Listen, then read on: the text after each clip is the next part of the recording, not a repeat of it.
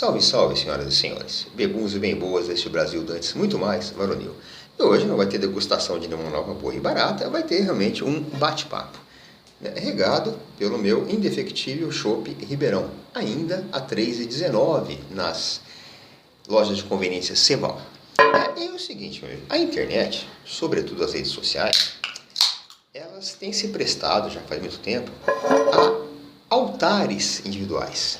A altares que as pessoas erguem para si mesmo, né? As redes sociais são aquelas pessoas que tocam punheta, olhando no espelho e enfiando dentro no cu, né? Tocam punheta para si mesma, né? Onde elas colocam todas as pretensas conquistas delas, as felicidades, os momentos, né? Que realmente aquilo é tudo mentira, né? Elas se colocam como celebridades, são altares, né, aos seus pretensos sucessos, né, às suas vontades de sucesso. Eu, já que participo disso aqui, eu gosto de subverter isso. O meu canal fala de cerveja barata, cerveja ruim, não fala de sofisticações. Então aqui eu não vou erguer um altar a mim, eu vou cavar a minha própria cova, né? Eu não vou expor meus grandes sucessos, até porque eles não existem, né? Não vou inventar. Eu vou expor aqui os meus fracassos, né? As minhas frustrações, né? Eu já falei disso que eu vou falar aqui hoje, em um outro vídeo, sobre quadrinhos, se eu não me engano. E assim, minha primeira grande frustração de aspecto, vamos dizer, profissional, foi assim, talvez a primeira coisa que eu tenha gostado, tenha querido ser como profissional, é desenhista, um ilustrador. Eu sempre gostei muito de quadrinho, né? Turma da Mônica, principalmente, o Walt Disney. E eu vivia tentando emular, desenhar aqueles quadrinhos. Eu queria um dia ser ilustrador. Isso muito criança, 5, 6, 7, 8 anos, né? E rabiscava, desenhava. Cheguei a fazer curso numa escolinha que tinha aqui na época, em Ribeirão, a Escola de Arte do Bosque, dentro do Bosque, né? Ia lá, brincar, fazia tudo, mas a coisa não deslanchava, eu não saía do lugar. Bom, foi passando, e quando eu tinha aqui meus 10, 11 anos, num belo dia, numa bela tarde, eram umas férias de fim de ano, teve época que férias de fim de ano, como eu já comentei, havia 2 compromissos que minha mãe me levava.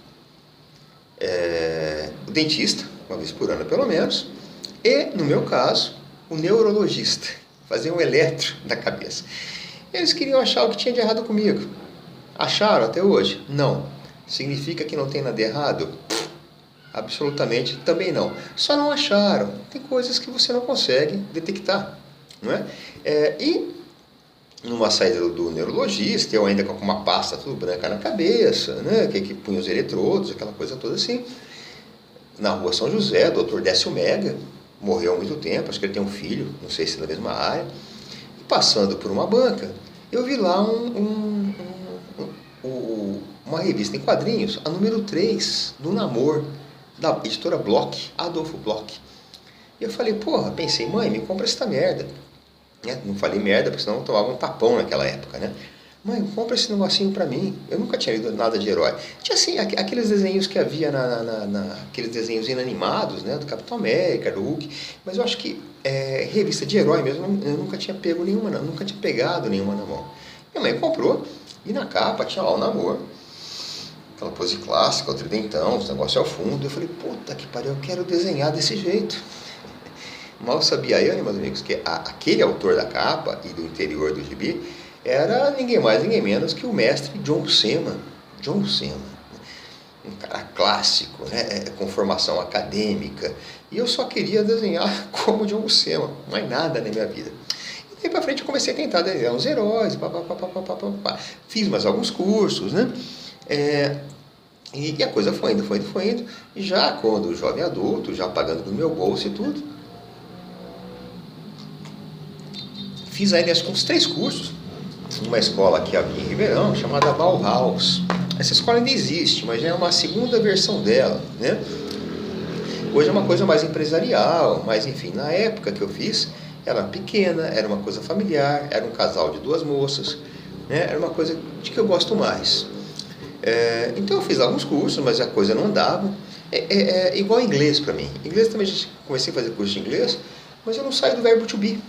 Quer dizer, nem o verbo te ouvir eu domino, mas a coisa não desanda, não tem realmente a coisa da língua, né? De falar a língua dos homens e nem a dos deuses. Porra, acho que em algum lugar, acho que nem lembro onde agora. Sangue a gente não pode perder, né? Devo ter raspado em algum lugar, mas enfim. E a coisa foi. Eu fiz curso de perspectiva, enfim. E um belo dia eu estava fazendo um curso de anatomia, né? Figura humana, aquela coisa toda, com um sujeito chamado Rui Alonso, publicitário na época, um traço muito bonito. Dizem que esse Rui Alonso, por alguma decepção amorosa, até virou morador de rua depois. Não tenho confirmação disso, mas não duvido. E eu já estava quase terminando o curso, eram 6 meses, né? E eu vi que a coisa não dava, eu tentava, eu me esforçava, né? Eu treinava as técnicas, mas não deslanchava, né? Eu não era ainda um John Buscema, né? E eu comentei com ele, falei, eu já fiz isso. Ele falou, olha, é o seguinte, eu vou te falar uma coisa, não sei se você vai gostar. Mas o que acontece é o seguinte, uma escola de desenho não é diferente de uma escola comum.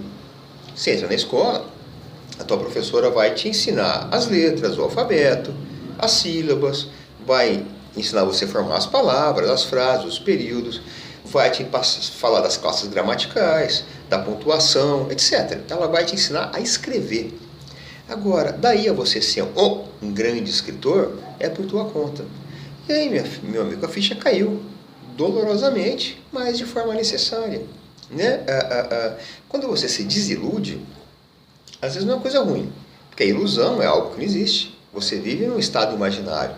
Quando você se desilude, você sai da ilusão, na verdade, pode doer, mas na verdade é bom. E aí eu falei, porra, é verdade. Né? O cara me ensina a técnica, o cara me alfabetiza, daí eu sei é por minha conta. E assim, acho que faltava 1 mês, 3 semanas para terminar, eu tinha até pago tudo. Não voltei mais, nem para agradecer o sujeito. Mas, lá na infância, tudo, eu arriscava, eu tentava criar meus personagens, e foi o que eu vou mostrar aqui agora. Eu tinha muita coisa, né? Muito material, assim, rabiscado, de tentativa de personagem, coisa de criança mesmo, 8, 9, 10 anos, 12, 16 no máximo, né? E a maioria se perdeu. Primeiro porque eu não dava importância para aquilo, realmente não tinha, jogava fora. Ao longo da minha vida, por conta do trabalho do meu pai, a gente mudou de residência várias vezes, então a cada mudança aquilo sumia. E um dia desse, procurando, nem sei mais o que, só sei que eu não achei, eu acabei encontrando ali, talvez aí 1%, 2% de tudo que eu desenhei, que ficou, por alguma razão isso ficou. Né?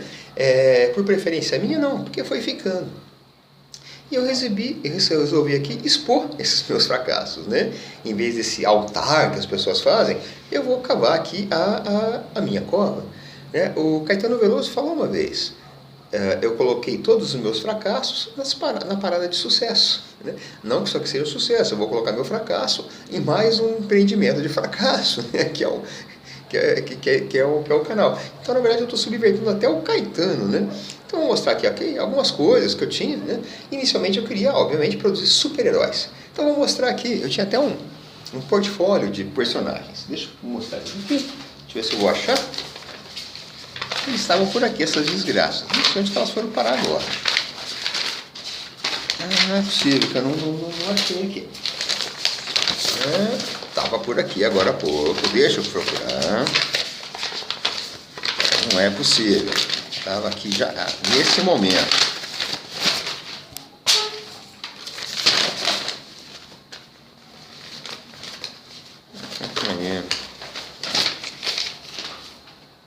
Sumiu. É brincadeira, mas sumiu. Bom, mas enfim. Eu tinha uns personagens, a maioria nem tinha nome. Estava aqui agora, meus amigos. Essas coisas são foda. Eu vou achar essa merda, não é possível que eu não vá achar.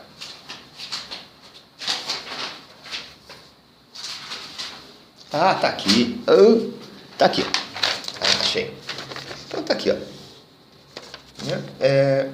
Tanto quanto é besteira que você imaginar. Nenhum aqui, com exceção desse, tinha nome. Tá? Esse aqui era o Sinapse. Já vou dizer o porquê. O que eu fazia? Eu nunca fiz nenhuma história com eles.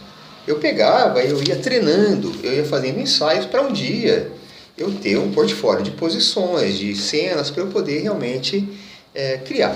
Então, por exemplo, aqui, ó, 12 anos, 13, tá? Eu tinha aqui, ó, eu colocava, simulava esses movimentos, tudo a caneta lá. Tá vendo? Olha lá. Ele pegava o roupão dele, colocava aqui. E esse sinapse, olha lá. Aí depois ele ia, invadia um lugar lá, brigava lá, dava uma porrada, pendurava o sujeito. Esse sinapse aqui era o único que tinha nome. Né? Esse sinapse, na verdade, era uma cópia chupada, descaradamente, do punho de ferro. Que o punho de ferro, por sua vez, também, né, é uma cópia chupada lá do Ultraman, do Ultra Seven, né? Para quem é mais velho, o Ultraman, por exemplo, o Ultraman, ele brigava com aqueles monstros, tudo. Batia, apanhava, chegava um momento que a energia dele começava a diminuir, piscava a luzinha aqui no peito. Nesse momento, o que ele fazia? Ele tinha que recorrer ao golpe mortal dele. Ele fazia assim, saía uma rajada de fótons e dizimava o oponente. E ele, puf, caía, exausto. Aquela rajada de fótons era o último recurso dele. E a gente se perguntava, por que esse filho da puta nunca usou aquilo de primeira? Mas enfim, tinha que ter o negócio. E o punho de ferro, não sei se conscientemente ou não, Larry Hama, né, criou o punho de ferro, se não me engano, Larry Hama e Gil Kane, foi por aí. Ele briga. Se o oponente se revela superior, ele tem lá o tal do Chi, uma energia mística, e ele canaliza todo o poder dele para o punho de ferro, dá a porrada, acertou bem, não acertou, ele desmaia. E o sinapse era isso. O que é uma sinapse, né, meu amigo? Os nossos neurônios têm os dendríticos e os axônios. Um gera o impulso elétrico e o outro recebe e vai passando adiante. Só que os nossos neurônios, eles não são contínuos, eles não têm uma ligação física, eles são contíguos. Existe uma pequena fresta entre eles não têm um contato físico. Preenchendo esse espaço, existem lá os neurotransmissores, dopamina, serotonina e etc., que, na falta, geram problemas mentais, depressão, etc. Então, o impulso elétrico é gerado e esses neurotransmissores, eles fazem a condução. É igual você botar um fio desencapado na água e a água carrega aquilo. Então, os impulsos elétricos. O que o sinapse tinha? Ele brigava. Se o oponente fosse insuperável do ponto de vista físico, de técnicas de luta, ele fazia isso. Ele conseguia canalizar todos os impulsos elétricos das sinapses para a mão e soltava uma rajada elétrica. Como está aqui. Aqui ele está brigando com o sujeito. Olha lá. O cara deu um cacete nele, pulou, acabou a brincadeira, o cara está falando. Ou seja, ele vai ser finalizado. Em seguida, o que ele faz? Ele convoca os poderes da sinapse, tá aqui, e eletrocuta o sujeito. Olha lá, vira até um pozinho aqui. E ele sai. Então, era o único que eu escolhi. E assim, essas histórias, né, eu começava e eu parava elas, ficava lá ao limbo, e eu voltava nelas, às vezes meses, anos depois. E nesses meses, anos depois, eu tinha contato com outros desenhistas. E eu acabava incorporando essa, né? Que é o caso aqui, ó lá. Nesse ponto aqui, ainda é aquele estilo que eu mostrei para vocês. Aqui, eu já tinha tido contato com o Frank Miller, veja bem. Você vê que o layout já muda, é uma outra situação, né? Olha lá. Primeiro, eu quis ser o John Buscema, depois o Frank Miller, quer dizer, não tinha jeito. Olha lá, você vê que já é um outro layout, né? É uma outra história. Olha lá. Aqui, olha lá, ó. Esses quadrinhos do layout, o cara caindo, né? E aí o quadrinho descendo junto. Isso aqui já é puro Frank Miller. Ou que eu achei que fosse, né? Aí a coisa vai piorando. Eu vou usando aqueles closes, aqueles zooms, e só vai piorando a coisa, né? Então, o Frank Miller foi aí uma segunda, né, referência minha, um sonho de consumo, que é besteira, não teve jeito, né? Então, aqui tem mais algumas páginas. Claro que essa história não acabou, não teria como acabar, não era uma história. Né?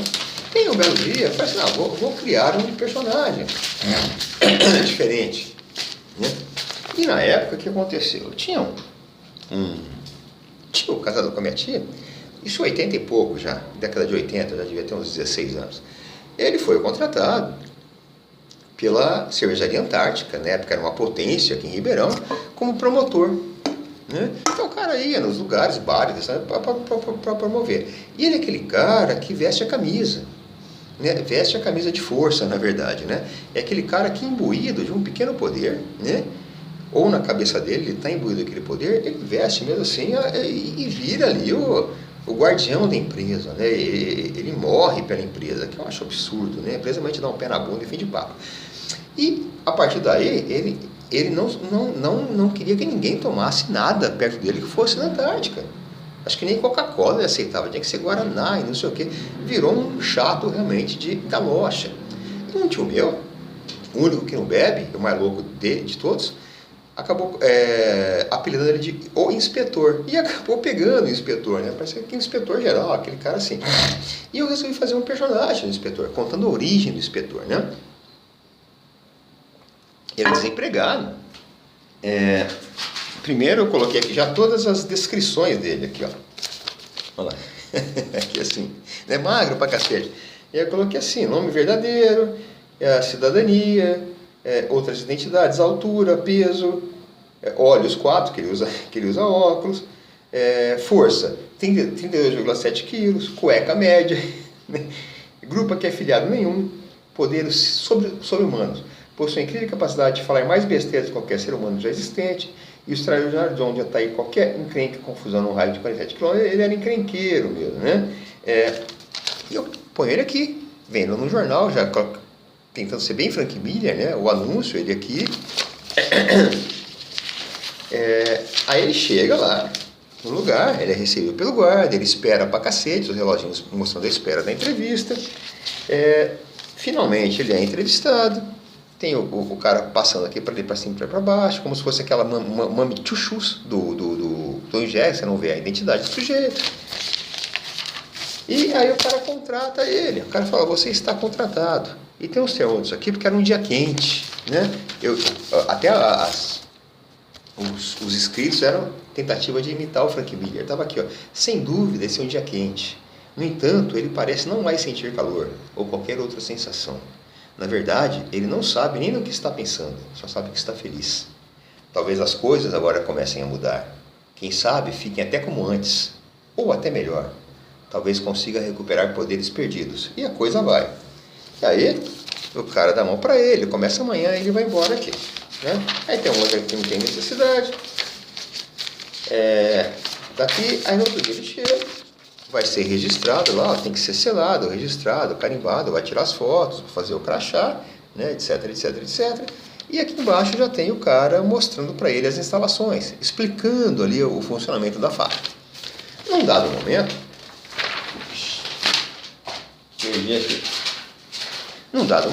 ele se distrai e ele enfia a cabeça numa das caldeiras de fervura da cerveja, ver o que está acontecendo. E ele cai. Né? Olha lá, você vê aqui que aparece o layout ele caindo, ó, e cai, né? Coisa bem Frank Miller, né? E aqui os dizeres, olha lá, enquanto cai, ele ouve pessoas gritando, alarmes soando estridentes, vozes confusas dizendo que ele já deve ter morrido, outras mais confusas ainda chamando por ambulância, e outros sons não identificáveis. Ele não participa do pânico acima dele, está calmo e sereno. Só sente um inebriante torpor dominando a sua mente. A caldeira é desativada. Ele cai. Bom, e aí teve aqui, dentro da caldeira, as roupas, já sem roupas, todas queimadas pelo vapor. Pus aqui para não deixar ele com vergonha, né? E aqui, dentro da caldeira, as leveduras de fermentação começam a processar estranhas mutações no seu metabolismo inferior. No seu QI abaixo da média. Isso que eu gostava dele. O líquido na caldeira está em ebulição. No entanto, de alguma forma, sua pele não parece estar sendo queimada. Ele sabe que é impossível, mas a sensação que tem é de um intenso frio, como se estivesse no Polo Norte. E aqui tem ele sendo levado para o hospital, tudo, e eu parei por aqui. E a intenção era essa, que esse acidente, né, transformasse ele num grande pinguim imperial. Aquele pinguim que é o símbolo da Antártica. Ele se transformaria no pinguim, ele teria uma palavra para ele se transformar numa espécie de um Shazam, né? E ele viraria um grande pinguim sempre que a marca estivesse sendo vilipendiada, sempre que alguém estivesse falando mal daquela marca. Ele invocaria a palavra do Shazam, se transformaria, teria aqui uma cinta aqui, em vez de balas, igual Rambo, um monte de garrafinhas da Antártica. Ele teria poderes congelantes. Bastaria ele pôr a asa, né, dele, ali, do pinguim, em cima de uma cerveja qualquer, ela viraria Antártica, e ele vingaria ali a marca. Só que eu acabei não concebendo esse pinguim, não é? E acabou que tudo parou por aí.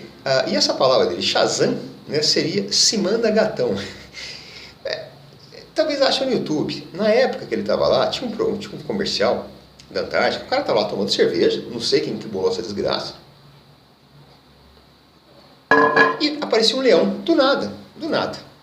O leão ia, cheirava a cerveja dele como se estivesse querendo dar uma lambida.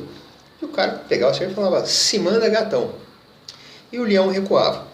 E ele, rapaz, ele contou pra gente, o tal desse making off desse se manda gatão, milhares de vezes. Ele contou que fizeram aquela cena 20, 30 vezes. Ele contou mais do que 20, 30 vezes. Ele contou mais do que 20 vezes a cena que fizeram. Que eles pegavam um frango, se manda gatão, jogavam o frango pro leão ir. Então, esse se manda gatão acabou virando uma espécie de um meme na época, nem havia meme na família. Né? Se manda gatão. Então ele falaria se manda gatão, desceria ali um raio e ele viraria esse grande pinguim imperial em defesa da Antártica. Mas o personagem não foi para frente. Eu tive também uma outra vertente, que é uma coisa mais underground, né? Mais assim, Robert Crumb, Esplendor Americano, que retrata ali a coisa do dia a dia, as coisas da família, né? Então eu tenho aqui, por exemplo, né? Eu tinha um tio, né? Na época ele era sindicalista, etc. Hoje ele detesta a esquerda, mas enfim, era um militar, eles achavam que era. A gente gostava muito de ouvir as besteiras dele. E na época havia do militar um ministro da Fazenda, Delfim Neto, não sei se é vivo ainda.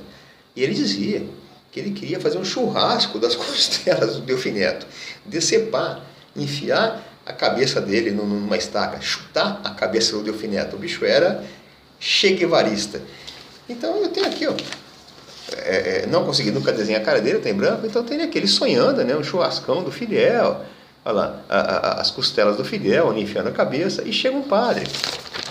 E o padre fala, meu filho, isso não é um ato cristão, teria que excomungá-lo. Isso, ele fala, me excomunga, seu vigarista, mais uma vez, me excomunga.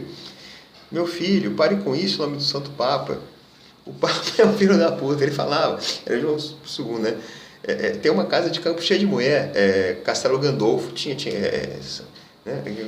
Puf, olha lá, obrigado, me excomunda de novo, rouba o diabo, seu corno. E aí ele acorda. E no dia seguinte teve uma festa que segue aqui, e saímos lá para andar no bairro, eu, meu primo, ele e o inspetor. E o inspetor muito louco, sempre foi meio encrenqueiro, estava passando, era um bairro assim, um começo de construção, ainda havia muitas propriedades assim, rurais, pequenas propriedades, chácaras, horta. E o cara virou uma plantação de agrião, o inspetor. Não deu outra, meu, a galera todo cheio de mar, vou roubar um agrião. Aí ele pulou a cerca e foi roubar um agrião, meus amigos, aqui, ó lá. Olha lá, vou rapar tudo. E o que aconteceu? O dono da propriedade viu e saiu com uma espingarda. Olha lá, ele tentando voltar para a cerca, o cara atirando, salvou-se alguma coisa. E aí deu todo um quiprocó, ele se escondeu. Esse meu tio que não gostava do Delfim tentou despistar o cara, tentou botar panos quentes. Né? E no fim ele acabou chegando com um laço de agrião lá, olha lá. Trouxe uns agriões. Né? Então eu tinha também essa vertente mais underground. Né? Mesma coisa em relação a um grande desafeto. Ele era um amigo do meu primo, na verdade, de capa, uma das pessoas mais folgadas, mais insignificantes que eu já conheci. Folgado. Queria comer as custas dos outros de graça, e eu tenho fazendo umas tinhas dele. E aqui ele chega, vai abraçar a moça. Nossa, que cheirinho gostoso. Meu perfume. Ele sai correndo, não é o cheiro do bolo. Ele já põe o pé e já vai comer o bolo de graça. Numa outra, ele chega aqui, tem pretensamente uma moça na praça, ele fala, vou impressioná-la. Aí ele fala assim, garota, você sabia que os Apalaches, ele fez geografia, ele gostava dos Apalaches. Sempre que ele queria ir para essa moça, ele queria falar dos Apalaches, não sei porquê. Né? Aí a moça, na verdade, não era moça, era o Derli, que era uma grande bichona do bairro. Cresceu com a gente, como moleque, mas era bichona. E aí o Derli pega, não, vem cá, Long Long, vem cá, que não sei o quê, uma chupetinha. E aí ele deixa, né, ele fala, atrás da moita aqui, o Derli chupando ele. Olha, não podia negar isso amigo. Isso é verdade. O Derli chupava muito ele, deixava, porque era amigo, né? Ele ia negar pro amigo. Era o Roberto de Capa, você vê que eu gostava muito dele, né? E tem umas outras que fiz do Roberto de Capa também. Mas eu não vou mostrar, não, porque senão vai ficar muito grande aqui do Roberto de Capa. Passado algum tempo, né? Eu já grande tudo. Eu também, já com um amigo, uma coisa mais Geraldão. Eu não tenho estilo mais Geraldão também.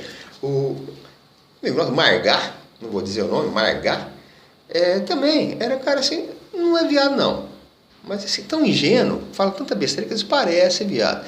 E esse Margá morou muito tempo aqui na República, tudo, e a gente gostava de zoar com ele, era muito, também era meio folgadão, aquela coisa toda. E o Margá, ele tinha lá um amigo, né, o Galinha do Céu, e que ele idolatrava esse Galinha. Não tinha nem verdade, mas ele gostava do cara. Então eu comecei a criar algumas séries nesse estilo do Geraldão, em que ele sempre acabava sentado no mastro do Galinha. Não achei nenhuma do Galinha aqui, mas eu tenho algumas aqui. Por exemplo, ele era de Mojimirim. Na época havia a fábrica da Kaiser lá. E a Kaiser, na época, entrou na briga. Havia a Brahma, a Antártica, o Pinguim e a Kaiser, né? E tá aqui, esse aqui que eu fiz, olha lá. Olha lá, um pinguim da Antártica batendo no baixinho da Kaiser. E o Margá aqui, com a sua barriga de ganso. Ele era magro, mas era barrigudo. E o Margá fala, preciso dar um jeito nessa guerra das cervejas. Aí ele tem uma ideia de apaziguar, né? De uma trégua, ideia. E no final ele fala, olha lá, para. E aqui, ele dá para os dois, pro pinguim e pro baixinho da Kaiser. No final, era sempre ele levando o rolo, né? Tem uma vez também, no Interquímicas, em 92, que ele foi para lá, também fui, o Galinha do Céu, que era o amante oficial dele, não era amante porra nenhuma, mas a gente zoava, chegou lá, deu problema, quebrou uma mesa e foi expulso.